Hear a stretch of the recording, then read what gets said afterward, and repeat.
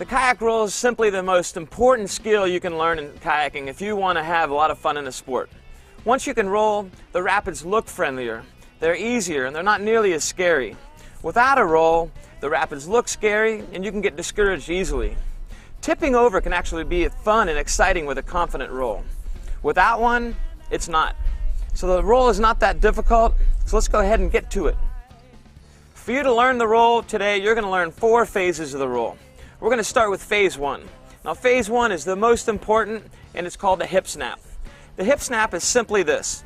It's you taking your boat from upside down to right side up. Simple as that.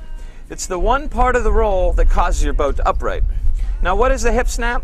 The hip snap is simply using your hips and your knees to take the boat from there to here. It looks like this. Okay? It's not technically hard. However, just like with the brace, it's anti-intuitive. When you're upside down in a kayak, what is the first thing you're thinking of? I want to get out of the water. I want my head out of the water. Well, we're going to learn that the first thing that you want to think of is to turn the boat right side up. Now, the cool thing about the hip snap is when you do the hip snap, your boat finishes right side up and your body will finish in that bracing position, down and back. So that's phase 1, the hip snap. Let's look at how to practice it. The best way to practice the hip snap is to simply grab the side of the swimming pool, the side of the river, a rock, or even a partner's boat. You want to put your head on top of whatever it is that's supporting you, let the boat flop on top of you, and roll it off of you.